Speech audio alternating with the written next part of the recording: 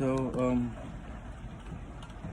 aggravating circumstances. The following aggravating circumstances that the advantage, number one, that the advantage be taken by the offender of his public position.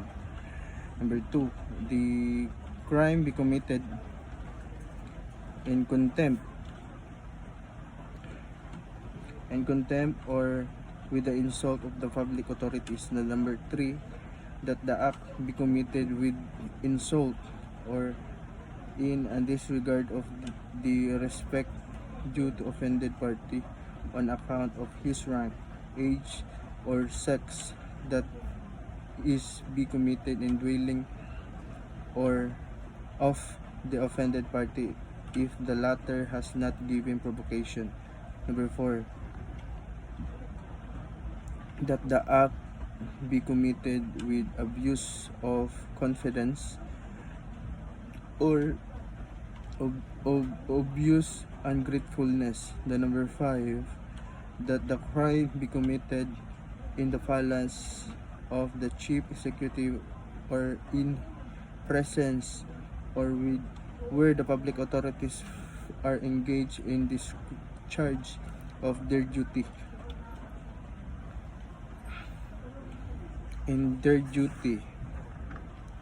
Or in the palace dedicated to religious worship. The number six, the crime be committed at the night time or in inherited place, a place or by a band wherever such circumstances and any facilitate in commissions of the offense whenever more than 3 armed malefactors shall have act together with the commission of an offense, it shall be deemed to have a committed hand. So the number 7,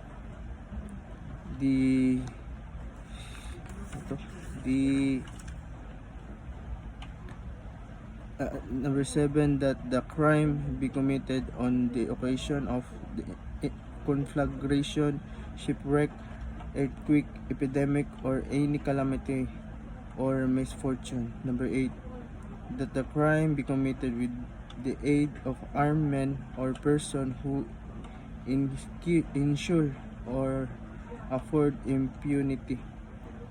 Number 9, that the accused is recidivist.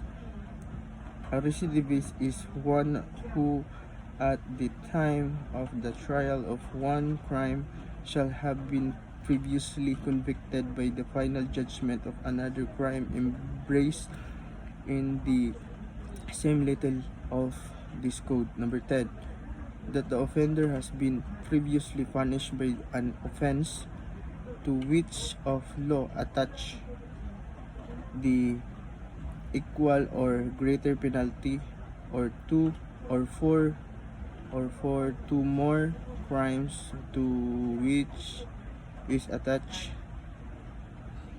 a lighter penalty. Number 11, that the crime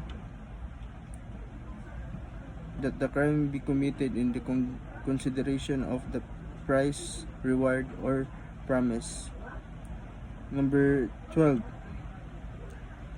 that the crime be committed by means of inundations, fire, poison, explosions, standing of the vessel, international damage,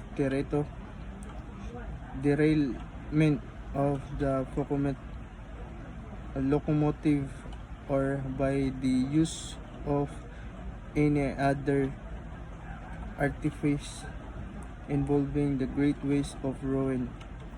Number 13, that the act be committed with the evidence premeditation.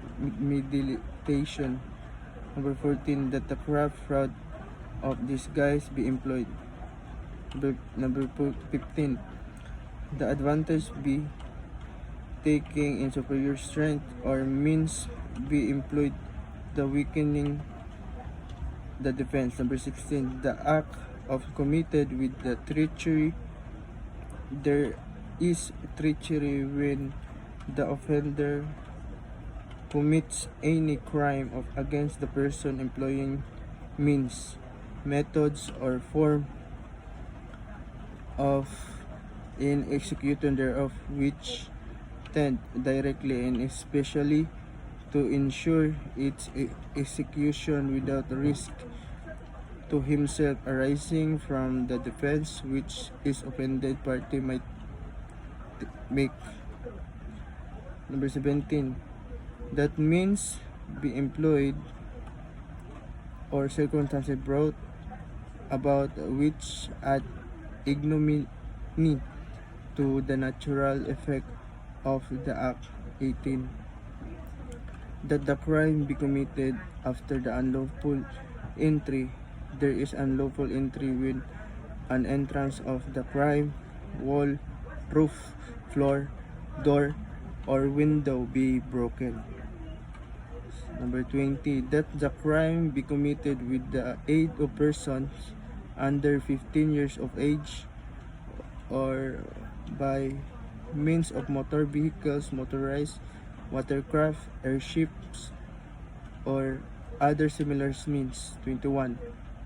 That the wrong done in the commission of the crime be deliberately augmented by causing other wrong not necessary of its commissions.